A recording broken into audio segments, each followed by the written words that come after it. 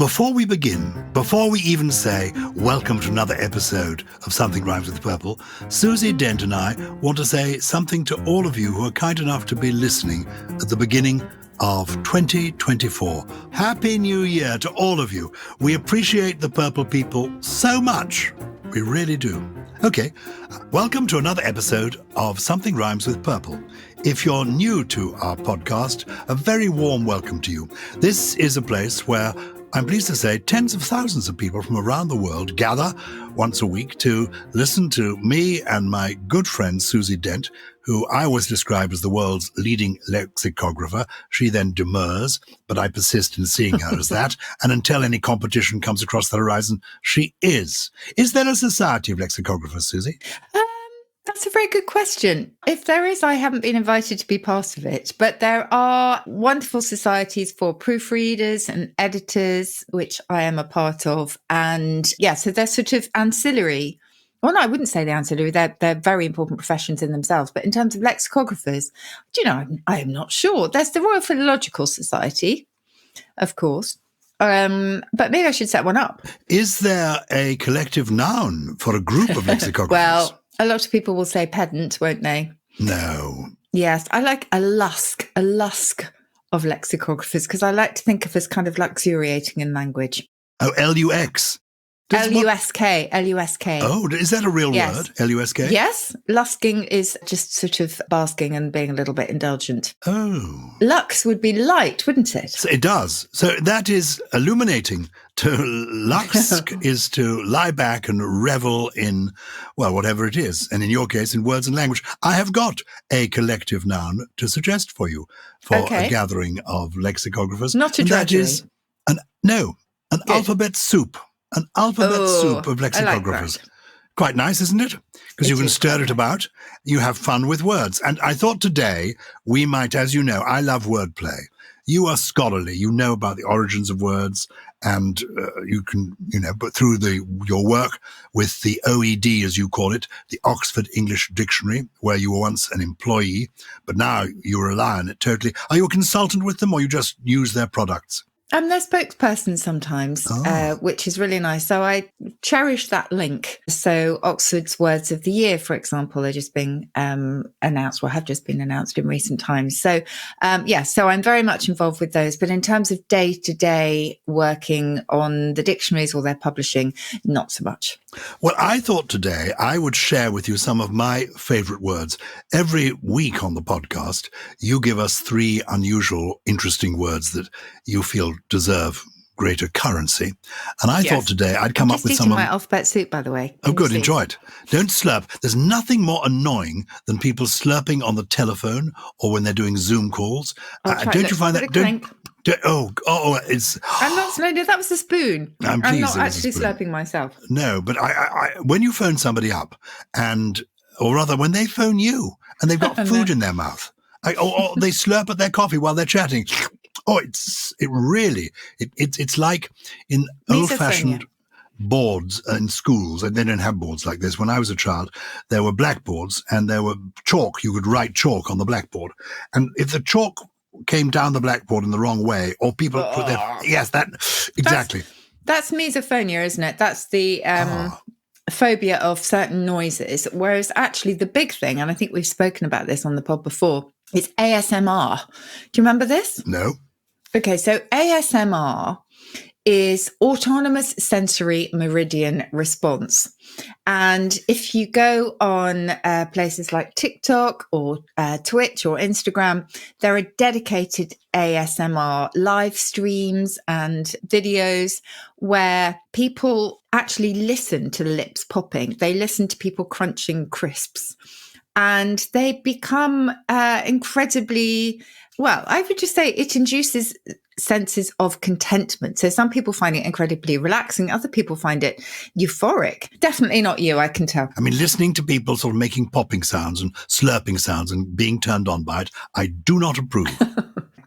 From alphabet soup to that, but I am not slurping, so that's the good news. And you are going to take us through the wonderful world of... alphabet soup.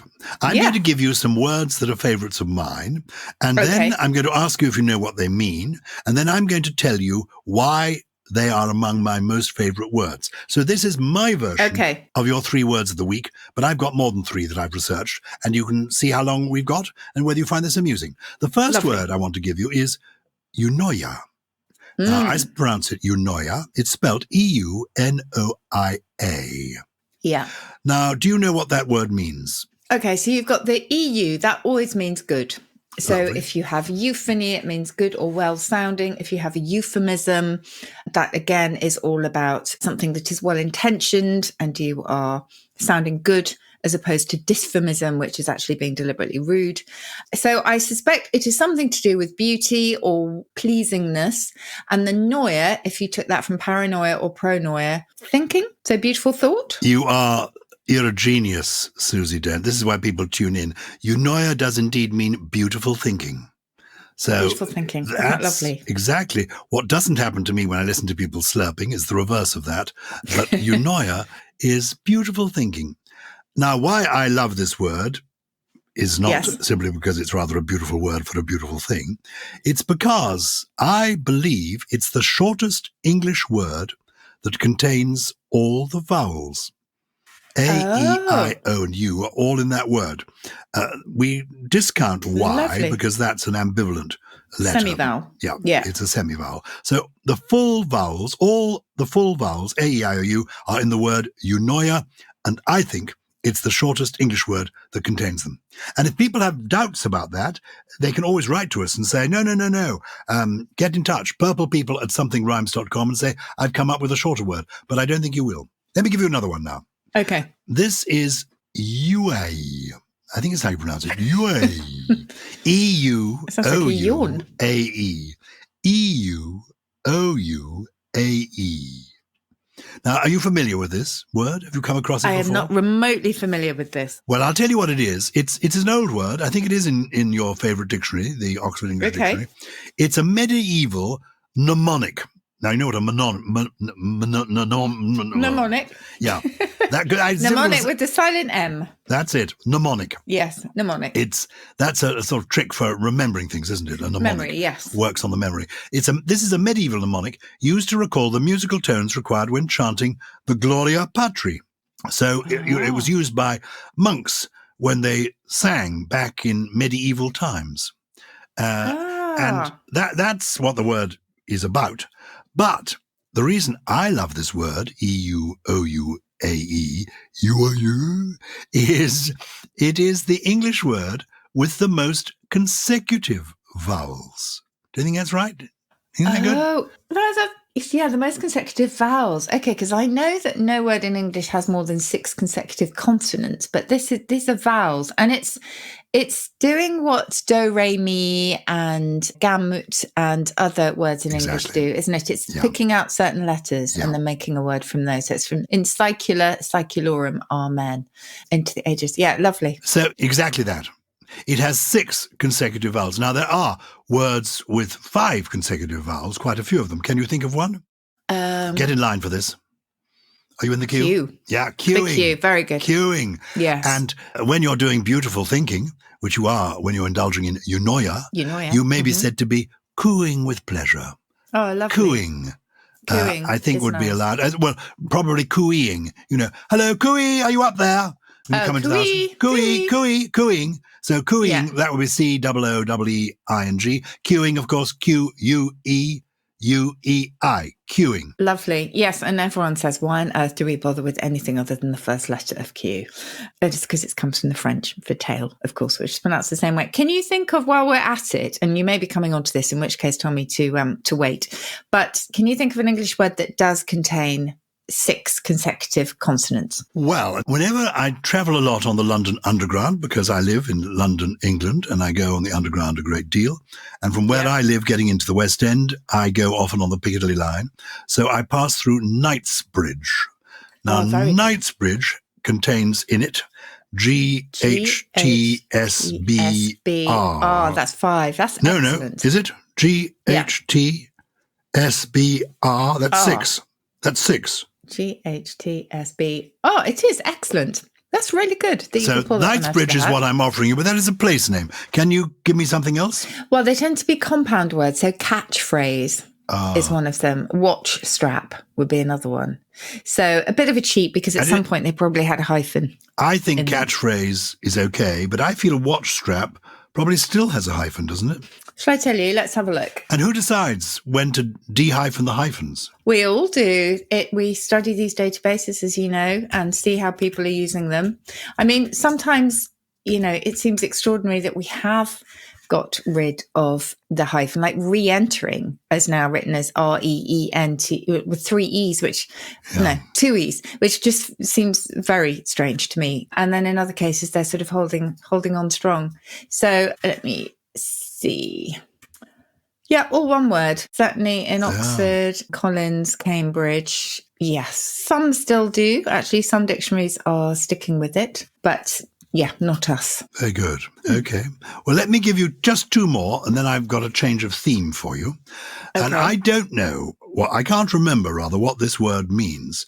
But again, it's an unusual word, and I love it for probably the wrong reasons, not for its meaning, but for the way the letters are organized. Aegilops. Aegilops is the word, and it's spelled A-E-G-I-L-O-P-S.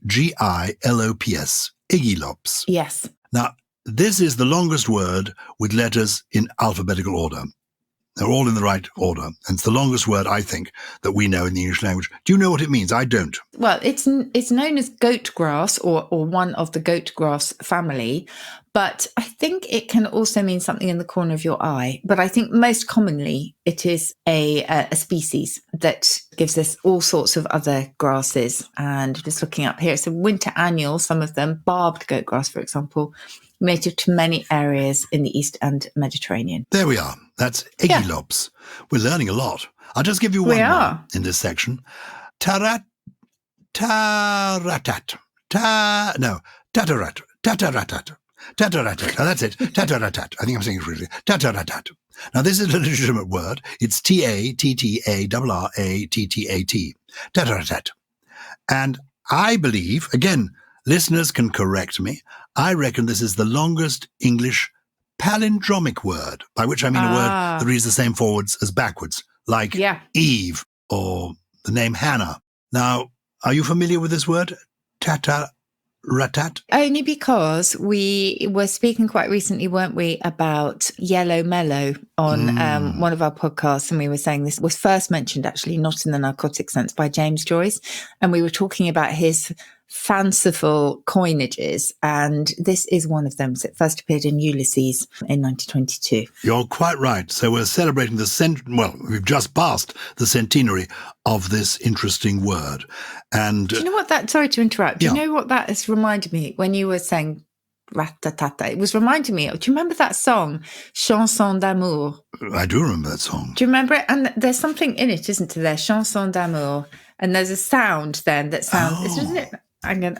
You're right. It does go a bit like rat-tat-tat. You're absolutely right. Does it go like that? So it's the love song, and it's by Manhattan Transfer. Oh, they go rad-da-da-da-da, rad-da-da-da-da, rad-da-da-da-da. It's a little bit of an echo. A little bit like it.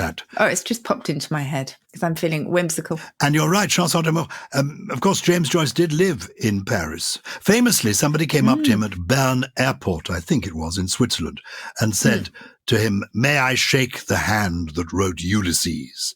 And James Joyce replied, "No, because it did a lot of other things as well," and moved on. Now, what do you think, what for you is the most powerful word in the English language? The most powerful word, it has to be love, doesn't it, I think? Well, you are right. That comes top of the list. A survey was done recently. They do these surveys all the time. What is the most powerful word? And do you think it's love? I mean, yes, go on. Yeah, do you remember we talked about this probably on Valentine's Day, but we talked about how there is no real synonym for love these days. You know, you can use love in so many different forms, and indeed to express love in its many different forms, but we don't really have another word for it. But in the past, the ancient Greeks, and then in English as well, we did really distinguish between the love for a partner, the love for your child, the love for your friends. And I'm a bit sad that we've lost that. So I think it's slightly weaker, but it's still someone saying I love you or expressing love. Surely that has to be up there. I agree with the survey. I agree. It does have to be there. I would say, for me, the most powerful word in the language might be, perhaps, is the word yes. It's certainly the most powerful short word, yes. Yeah. And I think I've thought that since I was a schoolboy, and we used to have a sort of weekly kind of, I was at boarding school, and we had a weekly kind of assembly. It wasn't strictly religious, but sometimes it was. We had a different person talk to us every week. Yeah. And one week we had, maybe it was about the time that he died, there was a famous Swedish diplomat who was the Secretary General of the United Nations from 1953 until he died in an airplane crash in September 1961. And he was world famous and reckoned to be a very good human being. And this, so I was a little boy when I heard this. And at the assembly, people were talking about this man, Dag Hammarskjöld. And I think he's the only person to have received the Nobel Prize, Peace Prize, posthumously. Anyway, he had this prayer, which we were taught on that evening. For all that has been, thank you. For all that is to come, yes. Excellent. Which is quite powerful, isn't it? It's just sort of accepting things. And I knew a magician who was called, now he had a funny name, Ali Bongo. Yes, he called himself Ali Bongo. And he was a very clever magician. He also did a lot of work backstage. Have you heard of the magician called Paul Daniels? Yes, of course. Well, he was often working behind the scenes for Paul Daniels, helping to create his effects. But he also was a very entertaining performer himself. And if you telephoned him, his answer machine would say immediately, "This is Ali Bongo. The answer is yes." Oh, excellent. Whatever the question is, please leave it on the answer phone. Thank you. I love that. It's rather good. I love that. Yes, you should have the same on yours. No, I don't have the same on mine. I'll just give you one more, and then we ought to take a break, because I went through a period when I was 20 years ago, when I was interviewing the great and the good, of asking each of them what they felt was the most powerful word in the language. I remember I asked a man called Lord King, who was the chairman of British Airways, and I said, "What's the most powerful word in the language?" And he said, "Energy. Energy." And he said it with such force that he almost blew me out of the room. I asked the former British Prime Minister, Margaret Thatcher, what she thought was the most powerful word in the language. And she said immediately, without thinking about it, she said, perseverance. Perseverance. And then she sent me, after the interview, a little quotation from Calvin Coolidge, which goes like this: "Nothing in this world can take the place of persistence. Talent will not. Nothing is more common than unsuccessful men with talent. Genius will not. Unrewarded genius is almost a proverb.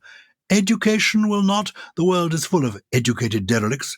Persistence and determination alone are omnipotent." What do you think of that? Do you think persistence is good? I think persistence, resilience, I mean, that if you remember, I think just after the pandemic, I discovered this amazingly useful word, I think, first of all, there was a Finnish word and also the English equivalent. So in Finnish, there's sisu, SISU, which has become a sort of national characteristic, which is that ability to withstand and persevere. And resilience is, I suppose, a near synonym for us, but there is something in the Oxford English Dictionary from centuries ago that we've lost, and it's the verb pertolerate. Ooh. And to pertolerate is to see something through to the end. I think it's gorgeous.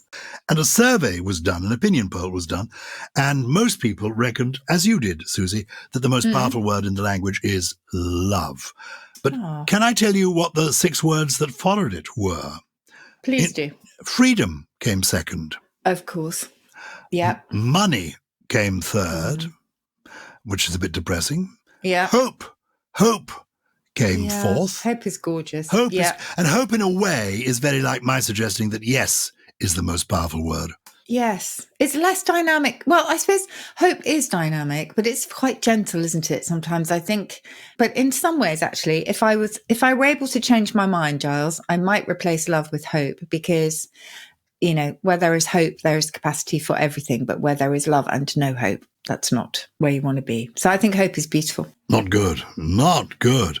No, we do need hope. We also need, and this was the next word in the list that was chosen by people, laughter. Well, whether it's the most powerful word in the language, I don't know, but the experience of laughter is key, isn't it? It is. Have you heard of those laughter clubs that they have in certain places? No. They were all the rage. They had them in India, and it's such a lovely idea. I think we maybe did talk about them because I remember telling you about my trip to Hamleys every Christmas to spend my Christmas money. And I made the mistake of buying one of those laughter bags, which you threw up in the air. And when it landed, it had this quite spooky male person laughing their head off. And the idea is that it would be very infectious and that you would then, I think it's called echopraxis, that you couldn't help yourself, but carry on the laughter. Whereas actually I found him intensely annoying. And luckily my dad allowed me to go back to Hamleys and swap him for a witch puppet. Anyway, that's a whole story in itself. But in India, they have laughter clubs where the idea is you go and you sort of almost artificially induce laughter, but it then very quickly becomes genuine mirth, which I think is a lovely idea. That is wonderful.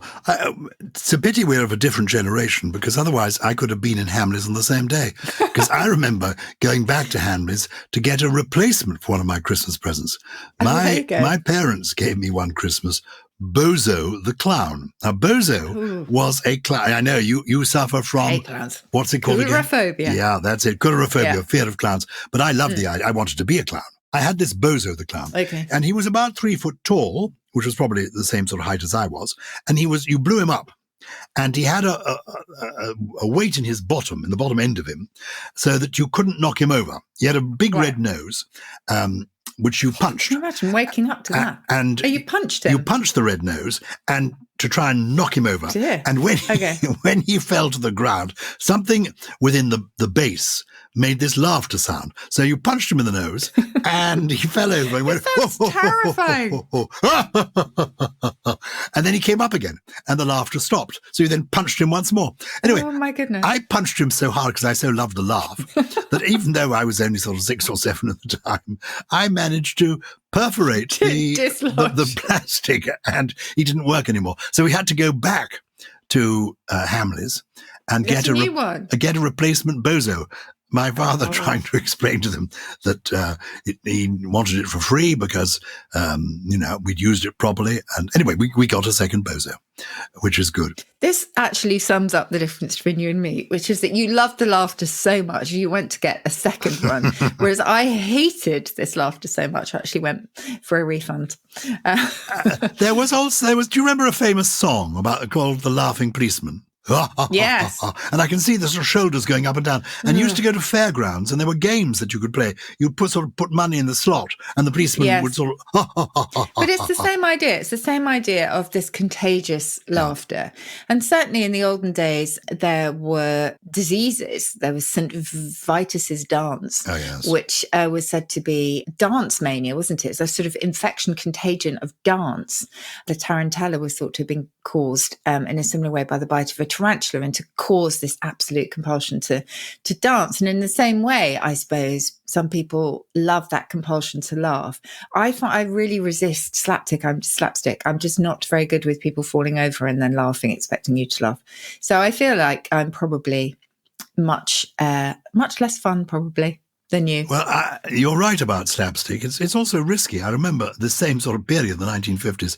I conceived the idea, or I heard about it, of how amusing it would be to put something on the top of a door. You half open the door, and on top of the door, you would put, shall we say, something that wouldn't hurt people, like peas, a bag of peas. You would put it on there, so that when somebody went through the door and pushed the door, the bag of peas would fall down on top of their head. Yeah. Well, I remember doing this, getting elaborately. We had a step ladder at home. And I got the step ladder and I climbed up and I put the peas on top of the door. Were these frozen peas? Unfortunately, they were frozen peas. How? And I hadn't thought about that. Anyway, my mother came through the door because I then took the ladder away and I said, "Oh, Mum, I'm in here. Come and get me. Anyway, innocently, she came from the kitchen into the room where I was, opened the door, and this frozen peas. Don't tell me it knocked her unconscious. Well, virtually. No, it didn't quite. But it certainly put me, she explained to me that slapstick can be dangerous. Yes, once she'd recovered. Yeah. Oh dear. How do we get onto that from wordplay? We were talking about laughter. I was telling you what the words were, the 6 words that followed love in this survey of the most powerful words in the language. And the last 2, well, in some ways they surprised me. This is just a random survey, of course. Fame came up. I suppose people are maybe saying not so much that fame is important to them, but that fame and celebrity are entrenched now in the way we view the world. Maybe that's what they were thinking. They were. About 20 years ago, I made a film for a British television company, a television program called The One Show. And I went to school and we were looking at heroes, national heroes. And I went to various classes and they knew we were coming to talk about national heroes. And we asked the children in the different classes to write down on a piece of paper who they regarded as a great British hero. Yeah. And this is 20 years ago. And all bar 1 or 2 of them put the same name down. And it wasn't Winston Churchill. It wasn't Florence Nightingale. It wasn't, well, you know, anybody you might imagine. It might have been William Shakespeare. It was, of course, 20 years ago, David Beckham. Of course. And of course, who is a hero? Because he's a brilliant, at that time, he was a really world-class footballer. But it was interesting. It reflected fame. Oh, no, forgive me. As well as David Beckham, there was one other person. And I think it was the man who devised or hosts Britain's Got Talent, whose name... Oh, Simon Cowell. Yeah. Isn't that amazing? So it was David Beckham and Simon Cowell. But no... You know, when I was a boy, we'd have put down Horatio Nelson, wouldn't we? Well, yeah. Well, I think it may be time for correspondence, actually. Our purple people may be waiting. It is time for correspondence. And please, one of the things, do write to us. But if you come, if anything we've said you think is incorrect, or if you've got curious words, as well as well-known phrases you want to know the origins of, but curious words you'd like us to explore, do get in touch with us. Our address is very simple, purplepeople@somethingrhymes.com. Who have we heard from this week, Susie? Well, our very first email comes from Laura McCarthy, who is in Sydney in Australia. And she says, "Hi, Susie and Gyles. I was recently watching The Great British Sewing Bee and got to wondering why or where the word bee in this sense comes from. Working bees and sewing bees seem to mean everyone mucking in together, whereas a spelling bee is a contest. Why the difference? And is there any connection to the insect?" It's a very good question, isn't it? We have such a lovely contingency and community of purple listeners in Australia. Makes me very happy. Well, thank you for that, Laura. And the answer is yes, there is a very direct connection to the insect. And the reason that working bees, sewing bees, and indeed spelling bees are all united by that word, despite the fact that they're slightly different in nature, is because the bee is quite sociable. And the idea then was that, you know, people come together for either communal work, for amusement, or later indeed with the spelling bee for competition. But it was all about the bee's social nature. And actually it goes back a very long way. It's first recorded in the US, in fact, in the 1760s. Thank you for that. We now go from Sydney, Australia to Leicestershire. And this is the question. Hi, Susie and Gyles. In Leicestershire, this is Leicestershire in England, we have the saying, "I up me duck," which I'm led to believe is a derivation of "hello, my duke." I up me duck. Is this correct? What do you think? Well, I think the Duke thread may be a little bit knotted and it may be leading in the wrong direction, because duck here is one of many slightly strange to modern ears endearments for people that we like or simply as a term of address, an affectionate term of address. And duck in this sense has been around for a very long time, but animals often get a look in. We have duckling as well. We have dove, my ladybird, my chuck. There are even much odder ones like hogling, an affectionate term for a hog. I think be careful if you're going to call your loved one a hogling. There's a creep mouse, which is an old term for a bat, that people actually used to call each other pussy as a term of endearment.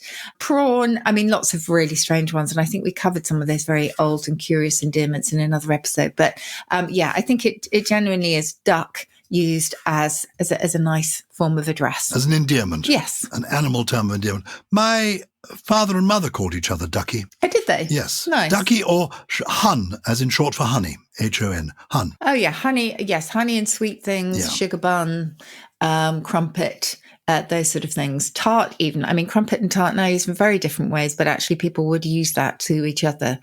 So, yes, sweetness is always a big factor, quite Good. rightly. Well, thank you, Rob Cross, for that question. Yes. What do you call Michelle, by the way? Madam. Your Majesty, Your Royal Highness. I think I've heard you say darling. I think I do call her darling because, yes. In fact, I call everybody darling. I mean, we haven't had any name dropping for quite a while, but I do remember being at a reception at Buckingham Palace where my wife and I were lucky enough to be guests. This is many, many years ago. And we were standing in a small group with the then Queen Elizabeth II and the Duke of Edinburgh was her husband and other great and good people in our society.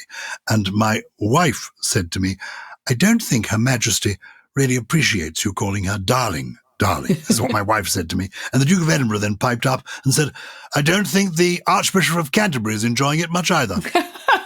Put me in my place.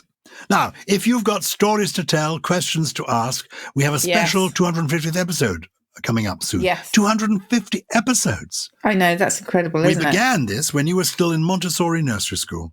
It's amazing. And here we are 5 years later. So they can get in touch with us. Purple People, all one word, at somethingrhymes.com. Okay, I gave you some interesting words at the beginning. Have you got 3 really good words for us in your trio this week? I have. And for all the very loyal Purple listeners who have been with us since the beginning, I do apologise if there are any repetitions, but once in a while I just think, God, you know what, that's just too good, or it just pops into my head again. So the first one is to gorgonise. And despite the fact that the Gorgons in Greek mythology had the power to turn anyone who looked at them to stone, they had snakes for hair, didn't they? They actually have inspired to gorgonise, which can have quite a lovely meaning, and that's to have a mesmerising effect on someone. So not all bad to gorgonise, to mesmerise. The second one is lithophobia. Or lethophobia. Fear of sleep? Fear of sleep?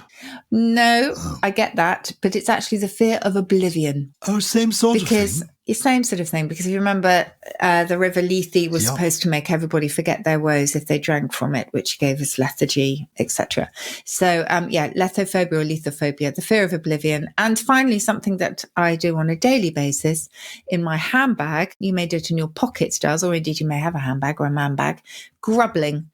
And grubbling is essentially fumbling about, delving about, or feeling around in a bag or a pocket, etc., in order to find something. I do it all the time. Another great synonym for that is fossicking. So stop fossicking in your pockets, you could say. But anyway, that's my third. I think those are 3 very good words. And I've decided to give you a different poem this week. Not the one I'd planned, but you mentioned earlier on tarantella when we were talking about rat-a-tat-tat. And the word tarantella, which is a Spanish dance, came up, didn't it? And that reminded me that this is the centenary of one of my favourite poems, which is called Tarantella. And it's by Hilaire Belloc. And I think as I begin to read this poem to you, you may remember it. The title may not ring a bell, but I think maybe some of the lines do. People of an older vintage, well, they will know this poem well. Do you remember an inn, Miranda? Do you remember an inn? And the tedding and the spreading of the straw for a bedding, and the fleas that tease in the high Pyrenees, and the wine that tasted of the tar, and the cheers and the jeers of the young muleteers under the vine of the dark veranda? Do you remember an inn, Miranda? Do you remember an inn? And the cheers and the jeers of the young muleteers who hadn't got a penny, and who weren't paying any, and the hammer at the doors and the din, and the hip-hop-hap of the clap of the hands to the twirl, and the swirl of the girl gone chancing, glancing, dancing, backing and advancing, snapping of the clapper to the spin out and in, and the ting-tong tang of the guitar. Do you remember an inn, Miranda? Do you remember an inn? Nevermore, Miranda, nevermore. Only the high peaks hoar, and Aragon a torrent at the door. No sound in the walls of the halls where falls the tread of the feet of the dead to the ground, no sound but the boom of the far waterfall like doom. Ooh. Well, it's a haunting poem, isn't it? It's very haunting. I love the sort of the rhythm of the dance and the rhythm of the poem. The rhythm of it, I assume, echoes the beat of the swirling tarantella dance of the dance. Yes. And when I researched this poem, because I included it in one of my anthologies of poems, Dancing by the Light of the Moon, I discovered to my surprise that Miranda is not a girl's name, because I thought this is some kind of relationship poem. But actually, it was the name of a male friend of Hilaire Belloc, with whom he was on holiday when he wrote the poem. Anyway, that's by the by, incidental information. Oh, it's been a fun episode. So if people like the show, enjoyed that. Please tell other people about it, put us on social media, spread the word. We've done 250 episodes, almost. We want to do a few more. And also, you might like to join the Purple Plus Club, because interesting things happen there, and you do get ad-free listening. Though I must say, I rather like the ads. Anyway, that's it for this week, isn't it, Susie? It is. Something Rhymes with Purple is a Sony Music Entertainment production. It was produced by Naya Dio with additional production from Hannah Newton, Harriet Wells, Chris Skinner, Bobby Thompson, Ed Gill, and us, sort of. Yeah, we played our part.